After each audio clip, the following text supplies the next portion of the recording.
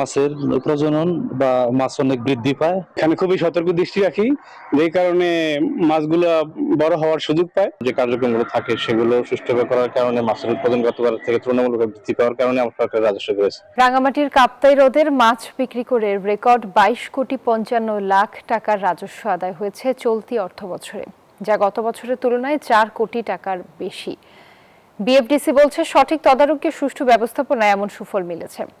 ফাতেমা জান্নাত মুর তথ্যচিত্রে, ডেস্ক রিপোর্টে বিস্তারিত।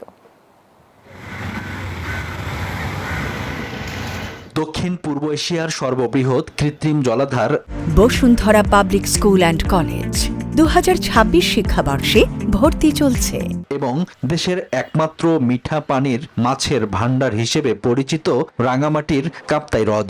এই হ্রদ থেকে আহরিত মাছ পাঠানো হয় ঢাকা, চট্টগ্রাম সহ দেশের বিভিন্ন প্রান্তে। আর্থিক সুফল ভোগ করে বাংলাদেশ মৎস্য উন্নয়ন কর্পোরেশন, বিএফডিসি, মৎস্যজীবী ও স্থানীয়রা।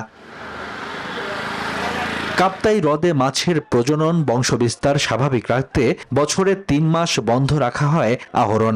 2024-25 অর্থ বছরে আহরিত মাছ থেকে রাজস্ব আয় ছিল প্রায় 18,56,18,000। প্রজনন ভালো হওয়ায় এবছর 2025-26 অর্থ বছরে মাছ আহরণ হয়েছে প্রায় 10,000 মেট্রিক টন। এতে রাজস্ব আয় হয়েছে 22,55,00,000 টাকা। সুষ্ঠু প্রজননের মাধ্যমে মাছের প্রজনন বা মাছ অনেক বৃদ্ধি পায়। এখানে খুবই সতর্ক দৃষ্টি রাখি, যেই কারণে মাছগুলো বড় হওয়ার সুযোগ পায়। যে কার্যক্রমগুলো থাকে সেগুলো সুষ্ঠুভাবে করার কারণে মাছের উৎপাদন গতবার থেকে তুলনামূলকভাবে বৃদ্ধি পাওয়ার কারণে আমার সরকারের রাজস্ব বেড়েছে।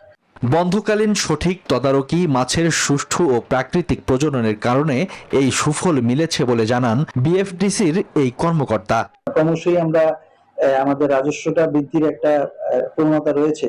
এটাকে সহায়তা করার জন্য আমরা এই মনিটরিং সিস্টেমটা বাড়িয়েছি, তদারকি করা এই জিনিসগুলো বেড়েছে।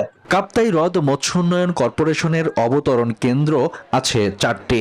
হ্রদে বর্তমান 73টি দেশীয় প্রজাতির ও 6টি বহিরাগত প্রজাতির মাছ পাওয়া যায়। Desk report, news 24।